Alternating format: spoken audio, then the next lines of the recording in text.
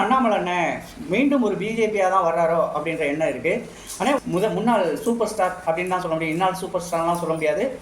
அரசியலில் எடுத்துகிட்டு வந்திருக்க இந்த தமிழக மக்களை ஏமாற்ற விதமாக தான் அண்ணாமலை அண்ணன் அந்த அரசியல் எடுத்துகிட்டு வந்திருக்காரோ அப்படின்னு நினைக்க தோணுது. என்னை போன்றவர்களுக்கு நினைக்க தோணுது. என்ன முடிவு எடுக்குதோ அதுக்கு நான் கட்டுப்பட்டு நடப்பேன் அப்படின்றத கடைசி வரைக்கும் விட்டு கொடுக்காம தான் பயணித்த கட்சிக்கு உண்மையாகவும் நேர்மையாகவும் இருந்தார் அப்படின்றதுல எந்த மாற்று கருத்தும் கிடையாது. அனைவருக்கும் இனிய வணக்கம். இன்றைக்கி அரசியல் வரலாற்றில் புதியதொரு இயக்கமாக மதிப்புக்குரிய நமது அண்ணாமலை அவர்கள் தனது கட்சி என்று ஆரம்பிப்பார் அப்படின்னு எதிர்பார்த்துட்டு இருந்தோம். அவரை பற்றிய நிறைய விவரங்கள் உங்களுக்கு தெரியும். நம்மளோட பயணித்தவர். பிஜேபியில் அவரோட பயணம் எப்படி இருந்துச்சு அப்படின்னு தெரியும் உங்களுக்கு. அவர் வருகைக்கு அப்புறம் கர்நாடகாவில் ஒரு சிம்ம சொப்பனமாக விளங்கினவர், அதாவது குற்றவாளிகளுக்கு மிகப்பெரிய சிம்ம சொப்பனமாக விளங்கினவர், தமிழ்நாட்டுக்கான ஒரு பெயரை எடுத்து கொடுத்த ஒரு அதிகாரி, நேர்மையான அதிகாரி அப்படின்ட்டு 21 பிஜேபியில் இணைஞ்சதுக்கு பிறகு அவருக்கு ஒரு வருடத்திலே தமிழ்நாடு மாநில தலைவர் பதவி கொடுக்கப்படுது. கடைசியில் பிஜேபி அவருக்கு என்ன கொடுத்துச்சு அப்படின்னு பார்த்தீங்கன்னா, எல்லாம் வழக்கம் போல் அரசியல் என்ன நடக்கும், ஒருவர் ஏறி போனால் அவரை இழுத்து விடுறதுக்கு ஒருத்தர் வருவார்ன்ற மாதிரி அவரோட வளர்ச்சி பிடிக்காத அனைத்து இந்திய அண்ணா திராவிட முன்னேற்ற கழகத்தின் தலைவராக பொதுச் செயலாளர் ஐயா எடப்பாடி என்ன பண்ணுறாரு, இவரை பற்றிய விமர்சனங்களை அடுக்கி இவர் கட்சிக்குள்ளேயே இவருக்கு நிறையா பேர் எதிர்ப்பு. இவரோட வளர்ச்சி பிடிக்காமல் இவரை பற்றி மேல் இடத்துக்கு தவறான தகவல்களை சொன்னதில் இவரது தலைவர் பதவி பறிக்கப்படுது. பெரிய அளவில் மனதளவில் பாதிக்கப்பட்டு இருந்தவர் அடுத்த பயணத்தை தன்னோட கட்சிக்காக நான் பயணிக்கிறேன் தலைமை. இப்பேற்பட்ட மதிப்புக்குரிய நமது அண்ணாமலை அண்ணன் இன்றைக்கி ஒரு இயக்கத்தை ஆரம்பித்து, இது இன்றைக்கி ஆரம்பித்தது கிடையாது, ஆல்ரெடி அவர் 21 இந்த இயக்கத்தை ஆரம்பித்து அதோட பயணிச்சுக்கிட்டு தான் இருந்திருக்காரு. சிறிய அளவில் உறுப்பினர்களை கொண்ட அந்த இயக்கம் இன்றைக்கி தன்னோட அரசியல் கட்சி வருகையை அறிவிக்கிற நிகழ்வாக தன்னோட இயக்கமாக இதை நான் முதல்ல ஆரம்பிச்சிருக்கேன் அப்படின்ற ஒரு நிகழ்வை கொடுத்துருப்பாரு. தன்னோட இயக்கத்தையும் மக்களுக்கு மத்தியில் சொல்லிட்டாரு. தமிழ்நாட்டில் ஒரு புதிய ஒரு கட்சியாக இது உருவெடுக்கும் அப்படின்றதையும் சொல்லியிருக்காரு. நான் வந்தால் எந்த மாதிரியான அரசியல் எடுத்துகிட்டு போவேன், என்ன மாதிரி இந்த மக்களுக்கு செய்யணும்னு ஆசைப்பட்றேன், இந்த மக்களை எப்படி பயணிக்க நினைக்கிறேன் அப்படின்றதையும் விளக்கமாக சொல்லியிருக்காரு. அவரை சொன்னதெல்லாம் கொஞ்சம் அப்படி மேல் நோக்கி உள்ளூர இறங்கி பார்த்தோம்னா, அண்ணா உங்களை பற்றி மிகப்பெரிய அளவில் உயர்த்தி பேசணும்னு ஆசை தான், அப்படிலாம் பேச முடியாதுன்னு, பேசுகிறதுக்கு வாய்ப்பெலாம் கம்மி தான். உண்மையை உறக்கச் சொல்வோம் ஊருக்கு. இணைந்திருங்கள். இது உங்கள் ஆர்கே அரசியல் 2.0. நான் உங்கள் ஆர்கே. இன்றைக்கி அரசியலில் எடுத்துகிட்டு வந்திருக்க இந்த தமிழக மக்களை ஏமாற்ற விதமாக தான் அண்ணாமலை அண்ணன் அந்த அரசியல் எடுத்துகிட்டு வந்திருக்காரோ அப்படின்னு நினைக்க தோணுது. என்னை போன்றவர்களுக்கு நினைக்க தோணுது. உங்கள் மனசில் என்ன தோணுது அப்படின்றத நீங்கள் விளக்கமாக சொல்லுங்கள். ரெண்டாவது, தன்னோட அரசியல் சப்போர்ட்டுக்காக முன்னாள் சூப்பர் ஸ்டார் அப்படின்னு தான் சொல்ல முடியும், இந்நாள் சூப்பர் ஸ்டார்லாம் சொல்ல முடியாது, திரு ரஜினி அவர்களை சந்தித்து உங்களோட ஆதரவு வேணும் அப்படின்னு கேட்கும்போதே அவர் தோற்று போயிட்டார் அப்படின்றத என்னால் சொல்ல முடியும், வெட்ட வெளிச்சமாக சொல்ல முடியும். இன்றைக்கி அவருக்கான ரசிகர்களே எவ்வளோ பேர் இருக்காங்க அப்படின்றது தெரியல. பட் இன்றைக்கி அவர் தன்னோட கட்சியை ஆரம்பிக்கும் போதே இதில் விருப்பமுள்ளவர்கள் தங்களை உறுப்பினர்களாக பதிவு பண்ணிக்கோங்க அப்படிங்கும்போது 3,25,000 பேருக்கு மேலே இன்று ஒரே நாளில் தங்களை பதிவு பண்ணியிருக்காங்க. கரண்ட் அப்டேட்டு, இதில் எந்த மாற்றமும் கிடையாது.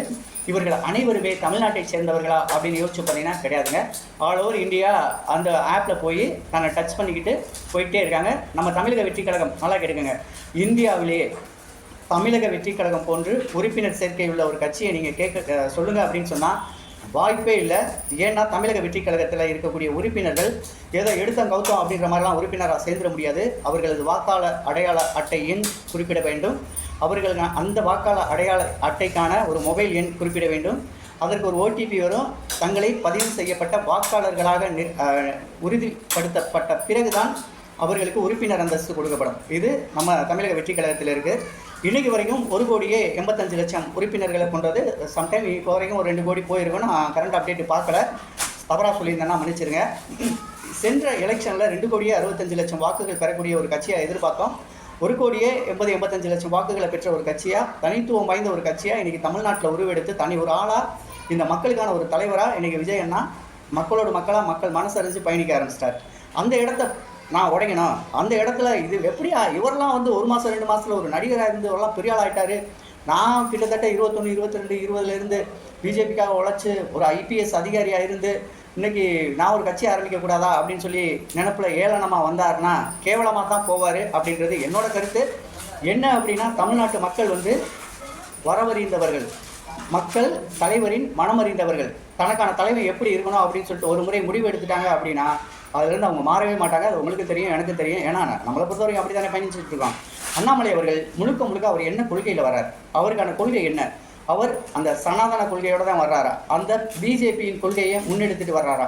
இல்லைங்க, நான் தமிழ்நாட்டு அரசியலை முன்னெடுக்கிறதுனால இந்த தமிழ்நாட்டு மக்களுக்கான திராவிட கொள்கையை எடுத்துகிட்டு வரேனா அப்படின்ற எந்த ஒரு விதமான ஒரு விளக்கமும் தர கிடையாது. இன்றைக்கி அப்படியே ஏதோ ஆள் பிடிக்கிற வேலை மாதிரி தன்னோட ஆப்பில் வந்து அந்த போகிறவங்க பூராமே உறுப்பினர்களாக சேர்ந்துக்கிட்டு இருக்க மாதிரி அதை செட் பண்ணியிருக்காங்க போல இருக்குது. யாராவது ஓப்பன் பண்ணால் உடனே உறுப்பினர் ஆகி விட்டுருது. நீங்கள் வேணால் ஒரு தடவை ட்ரை பண்ணி பாருங்கள்.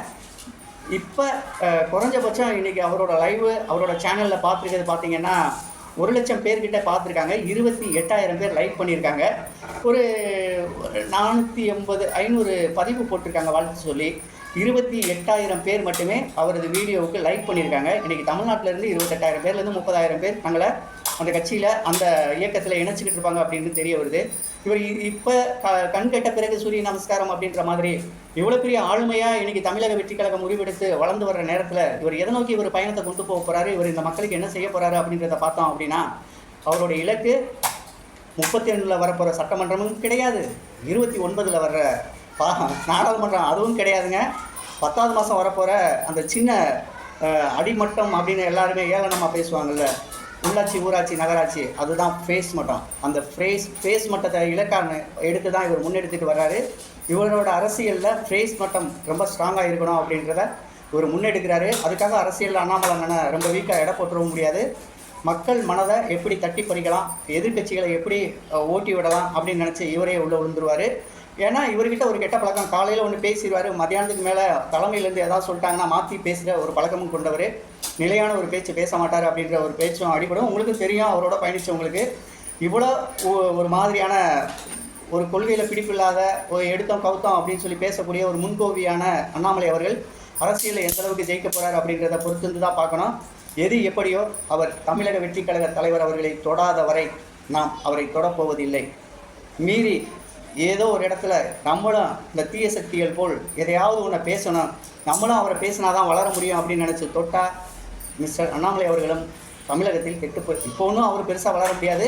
இவ்வளோ பெரிய இயக்கத்தை ஆரம்பித்தாங்க கூட 1% வாக்கு வாங்குறதுக்கான முழு தகுதியுடைய ஒரு நபராக தான் நான் பார்க்குறேன். இது என்னோட கருத்து தான், என்னோட சொந்த கருத்து தான். மற்றவர்கள் நீங்கள் அதை செய்யுங்க இதை செய்யுங்கன்னு சொல்கிற கருத்து கிடையாது. உங்கள் கருத்துக்களை நீங்கள் கமெண்ட் பாக்ஸில் சொல்லுங்கள். அண்ணாமலை அவர்களின் வருகை என்பது ஏதோ ஒரு கட்சி ஏதோ ஒரு இடத்துல குறை இருக்குது, தமிழ்நாட்டில் யார் வேணால் கட்சி ஆரம்பிக்கலாம், யார் வேணாலும் போகலாம் அப்படின்ற ஒரு நிலை ஏற்பட்டுச்சோ அப்படின்னு எனக்கு என்ன தோணுது. இதுக்கு முன்னால் அவர் கட்சி ஆரம்பிச்சிருக்கலாம். வெற்றி தலைவர் விஜய் அவர்கள் வர்றதுக்கு முன்னால் இவர் கட்சி ஆரம்பிச்சிருந்தா கூட ஓரளவுக்கு ஃபேஸ் பண்ணக்கூடிய அளவுக்கு தன்னோட கட்சியை நிலைநாட்டி கொண்டு போயிருக்கலாம். ஆனால் அதெல்லாம் விட்டுட்டு இன்றைக்கி நிலையான ஒரு ஆட்சியும் வெற்றிடம் இல்லாத ஒரு அரசியலையும் வச்சுருக்க நமது தமிழக வெற்றி கழக தலைவர் இருக்கிற இந்த இடத்த உடைக்கணும் அப்படின்னு நினச்சி வந்தால் அவ்வளோ பேருமே உடஞ்சி தான் போவீங்க, கெட்டு தான் போவீங்க. வேண்டாத வேலைகளில் இறங்கி காசு பணத்தை செலவழிச்சிட்டு சம்பாதிச்சு சேர்த்ததை செலவழிக்க முடியாமல் வச்சுருந்தா பரவாயில்ல, நீங்கள்லாம் கஷ்டப்பட்டு சம்பாதிச்சவங்களா இருப்பீங்க. அப்படிலாம் ஒன்றும் கிடையாது. ஏற்கனவே உங்களுக்கு ஒரு 2000 கோடி பிரச்சனை ஒன்று திமுக வழக்கு போட்டு ஓடிக்கிட்டு இருக்குது. அது ரிசல்ட் வந்துச்சுன்னா தெரியும். ஒருவேளை அதில் என்ன வருதுன்னு பார்ப்போம். அந்த காசுகள் இருக்கும், செலவு பண்ணுங்கள். ரபேல் ஒரு வாட்ச் ஒன்று பிரச்சனைகள் ஓடிட்டுருக்கு, அதுக்கு நீங்கள் இன்றைக்கு வரைக்கும் ஒரு சரியான பதிலே சொல்லலை. ரபேல் வாட்சியை பற்றிலாம் லைட்டாக சொல்லி விட்டிங்கன்னா கொஞ்சம் நல்லாயிருக்கும். ஏன்னா அரசியலுக்கு வந்துட்டிங்கன்னா கேள்வி நம்ம கேட்கணும். தனி கட்சி ஆரம்பிச்சிட்டிங்க, எங்களை ஆளணும்னு நினைக்கிறீங்க, நான் உட்பட என்னையும் ஆளணும்னு நினைக்கிற ஒரு தலைவராக தானே உங்களை நினைக்க முடியும். அப்படிங்கும்போது நாங்கள் கேட்குற கேள்விகளுக்கு நீங்கள் பதில் சொல்ல வேண்டியிருக்கோம். ஏன்னா வெற்றி தலைவர் விஜய் அவர்கள்ட்ட நீங்களும் நிறையா கேள்வி கேட்டுக்கிட்டு தானே இருக்கீங்க, அதுக்கு பூரா பதில் சொல்லிக்கிட்டே தானே இருக்கோம். தொடர்ந்து பயணிப்போம். மீண்டும் அடுத்த வீடியோவில் சந்திப்போம். நன்றி, வணக்கம்.